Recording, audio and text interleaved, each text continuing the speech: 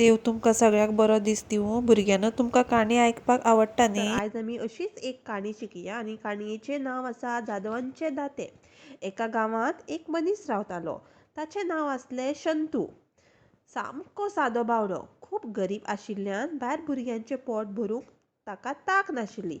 आतां ताक नासप म्हणल्यार कितें शक्य नासप। तो खूब गरीब आशिल्लो म्हूण ताका तेजे बायलेचे भुरग्याचें पोट भरपाक शक्य नाशिल्लें। सदांच आपल्या नशिबाक रडत बसतालो। नशिबाक रडत बसप म्हणल्यार नशिबाक दोश दिवप। तो आपल्या नशिबाक दोश दीत आसतालो। पण एक दीस ताणें आपलें नशीब पारखून घेवपाचें थारायलें। नशीब पारखून घेवप म्हणल्यार नशिबाची परिक्षा घेवप। आनी तो नेटान घरा भायर सरलो। बरेंच चलून वतकच वाटेर ताका एक म्हातारी दिसली।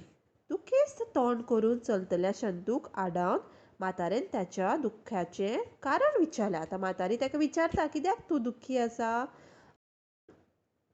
आपल्या दुख्खाची काणी शंतून म्हातारेक सांगली आनी आपणाक कसलोय काम धंदो दिवचो म्हूण तो म्हातारेच्या हातापांयां पडूंक लागलो।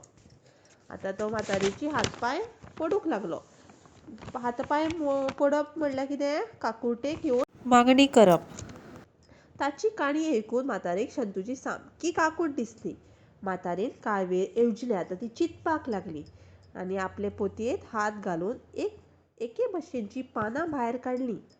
त्या पानांचो रोस काडलो आनी तो शंतूक दिवन सांगलें। आतां ताका पानांचो रोस दिवन शंतूक दिवन ती सांगता, हे वाटे वयल्यान निट्ट फुडें चल। थंय तुका एक उदक नाशिल्ली सामकी पाडी बांय दिसतली। आतां अशी एक तुमकां बांय दिसतली। बांयचे धडेर तुका 2 सोरोप दिसतले। ते सोरपाक हो रोस पिवपाक दी आनी बांय पळय। तिणें कितें सांगलें? सोरपाक रोस पिवपाक दी आनी त्या बांयक मागीर तूं पळय। भितर तुका एक दातें दिसतलें आनी तुका भितर कितें दिसतलें? दातें सगळ्यांनी पळयलां? हें कितें? दातें। तें दातें घे आनी तूं निट्ट चलूंक लाग। वाटेर कसलोय आवाज बिवाज येत जाल्यार थंय पळोवं नाका, अशें म्हातारेन सांगलें। म्हातारेलें सांगणें शंतून थंडसाणेन आयकून घेतलें आनी तो ते वाटेन चलत रावलो। खूब पयस वतकच ताका ती बांय दिश्टी पडली आनी धडे वयले सोरोप लेगीत ताणें पळयले। म्हातारेन दिल्लो रोस शंतून सोरोपा मुखार दवरलो आनी तो बांयट पळोवंक लागलो। म्हातारेन ताका सांगिल्लें तशेंच भितर दातें आशिल्लें। ताणें तें दातें उखल्लें आनी फाटफूट पळयनासतना तो निट्ट चलूंक लागलो। आतां दातें घेवन येतना शंतूक तीच म्हातारी परतून मेळ्ळी। तिणें शंतूक सांगलें, हें दातें घरा व्हर आनी खूब जतनायेन सांबाळ, बरे भशेन सांबाळ। ह्या दात्या कडेन तूं जें मागशी तें तुका मेळत रावतलें। पुरो जातकच मात ताका राव म्हूण सांग, अशें म्हातारेन सांगलें। शंतून तिचे उपकार मानले आनी तो घरा आयलो। आपणाक जें जाय तें शंतू दात्या कडेन मागूंक लागलो। आनी अशे तरेन तो आनी ताची बायल भुरगीं धाडोसकाय जेवंक लागलीं। शंतू गिरेस्त जालो आनी तो खूब गिरेस्त जालो। हें गांवभर कळाव लागलो ना। ताचे शेजान्नीक अजाप जालें। आतां तेजी शेजान्नीक आशिल्ली तिका अजाप जालें, कित्याक शंतू इतलो गिरेस्त कसो जालो रोखडोच असो म्हणून। शंतू इतले बेगीन गिरेस्त कसो जालो? तिका सदांच प्रश्न पडूंक लागलो। तिच्यान कशेंच लाव नज जालें। एक दीस तिणें शंतूले बायलेक विचारलें, सकू तूं अकस्मात इतले गिरेस्त कशी गे जाली? आतां शंतूली बायल ताचेच भशेन सामकी सादी भावार्थी आशिल्ली।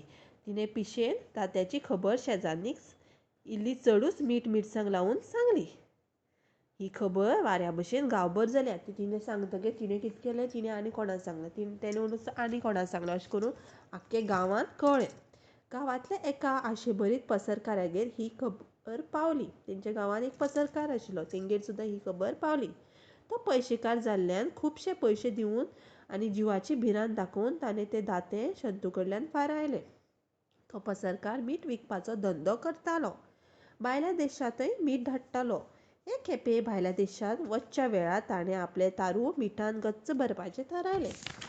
ताणें दातें आपल्या तारवांत दवरलें। तारव म्हणल्यार कितें? होडी, तेजी होडी। आनी म्हणलें, दात्या मीठ दी। पसरकारान सांगलें आनी दात्यान मीठ दिवपाक सुरवात केली। मूठ खूब मीठ व्हरत जाल्यार खूब पयशे मेळटले अशें तो चिंतपाक लागलो.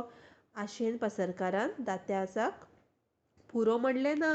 आतां दाते बाबडे मीठ दियत आसा आनी तो पुरो म्हणना. दाते मीठ दीत रावले. तारू मिठान उपाट भरून जड जालें. आतां तारू सामकें जड जालें भरून. अखेरेक तारवाक तें तोलना जालें, म्हणल्यार तेका चड जावपाक लागलें तें आनी तें बुडलें.